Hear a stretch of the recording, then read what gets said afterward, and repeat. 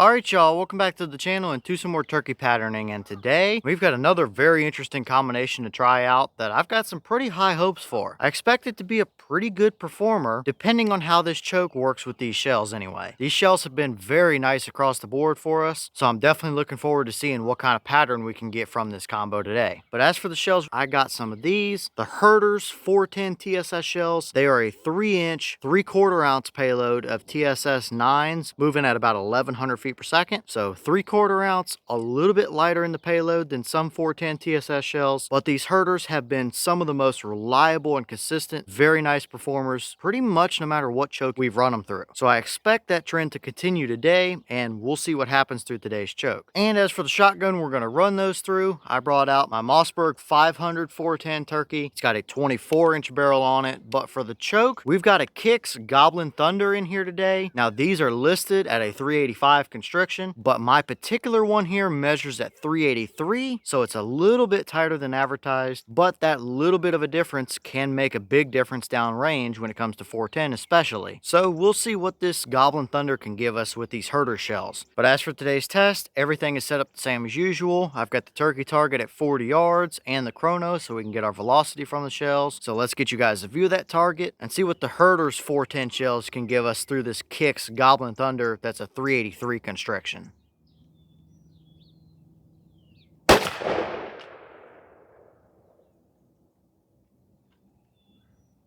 Alright, so that shell gave us 1181 through the chrono. The boss claim is 1100, so we are a little bit above their boss claim, but from what I can remember, that's pretty much been the normal for these shells, is the 1160, 1170-ish range. So it's definitely not anything too out of the ordinary up here, but what kind of a pattern did they give us down there through that Kicks Gobblin Thunder at 40 yards? Let's go check it out and see what we got.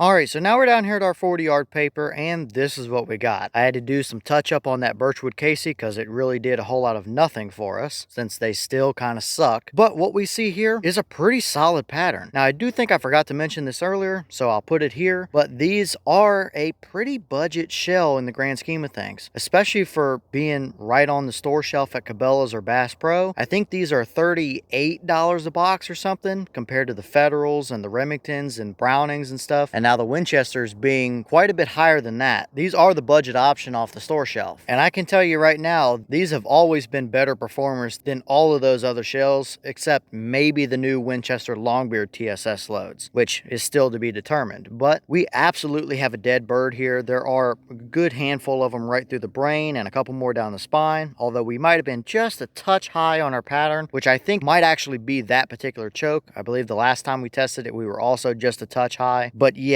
very dead turkey at 40 yards, very capable pattern out to 40 all day long. We have a nice hot core, mainly right around the top of that bird's head. There's a nice little hot spot right there. Throughout it, there's really not a ton of voids. You might have a couple, like right up here in the top right corner of that turkey paper, but nothing too significant. Outside of that, we do open it up a little bit, and around the edges, we do have a couple of flyers and maybe a couple little splotchy bits right around the very far edges of the pattern, like over here on the left and stuff, but that's not terrible. We can deal with that because that is absolutely a capable 40-yard 410 pattern. Now, have we seen better patterns from these Herter shells? I think we have. My stock choke and the Carlson's heavyweight 385, I think, have done a little better than this, or at least a little bit more even of a pattern, maybe a few less flyers, but still, that's a very solid performer. I would not hesitate to take that out on a turkey hunt because you could absolutely be confident in it out to 40 or 45 yards. That's going to absolutely get the job done. So it seems like these Herter shells do pretty well through a Kicks Gobblin Thunder. And once again, these Herter shells do kind of continue the trend of being a very solid performing, pretty budget option for an off the store shelf load. Really, if I'm buying a 410 load from a big box store that I plan to hunt with, it's either these or the new Winchester Longbeard TSS shells. And both of them are made by Winchester, so it does make sense that these perform pretty similar across the board, just with a little bit less payload, which can help get that price down a little bit. But clearly, the difference here between a 3/4 ounce and like a 13/16 or a 7/8 ounce payload or something isn't that massive. That pattern is more than capable of getting the job done, and you really don't have a ton of holes to fill either. So, very solid performance today. I'm saying it's probably 80–90% there around the edges. We have a couple little voids and strings with a few flyers, so not 100% perfect, but very usable overall. I wouldn't hesitate to turkey hunt with that if that's the combination I had to use.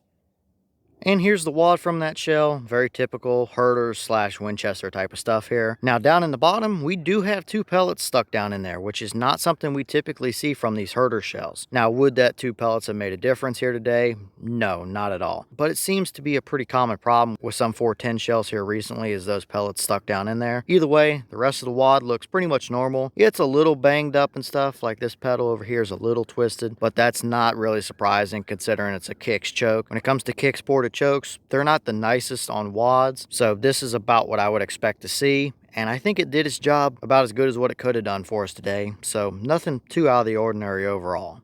Alright y'all, well, what did you think about that pattern right there? That's a very solid 410 turkey hunting pattern. I wouldn't hesitate to use that any day of the week. Now, have we seen a little bit better from these Herter shells through some other chokes? Yes, I think so, but it could just be a little bit of luck of the draw, or they could prefer a non-ported choke a little bit more than a ported choke like that Gobblin Thunder. I mean, we clearly have a very nice looking core right around that bird's head. Around the edges, it does give you a little bit of leeway to work with, but we do have a few scattered flyers and stuff like that to deal with. Not the end of the world, but that is something we have seen get a little better with a couple of these other chokes we've tried them through. Either way, for being the cheapest option off the big box store shelves, those Herter shells are just hard to argue with. I think through every choke we've ran them through, they've given us this type of pattern or better. So they're just some good performing shells overall. So as always, leave your thoughts in the comments. Is that about what you expected to see? Were you a little surprised one way or the other? Have you tested any of the Herter's 410 shells or a Kicks Gobblin Thunder in 410? And if so, what kind of results have you seen from them? And what other shell and choke combos do you want to see with either those Herter's loads or that Kicks choke? Is that a pattern that you would hunt with, or is it a little too tight or a little too broad or anything like that for you? Let me know all your thoughts down below. Overall, at the end of the day here, that pattern might not be 100% right on the money perfect, but that's still a very usable 40-yard 410 turkey pattern that I wouldn't be scared to hunt with. So not bad overall, I wouldn't say. But with that being said, I've got some more testing to get done for you guys, so I'm going to get back to it. As always, we have the channel Instagram as well as the mailbox where you can send stuff if you'd like. All the information will be in the description if you're interested in it, but I'm going to get back to it, so I'll see y'all in the next one.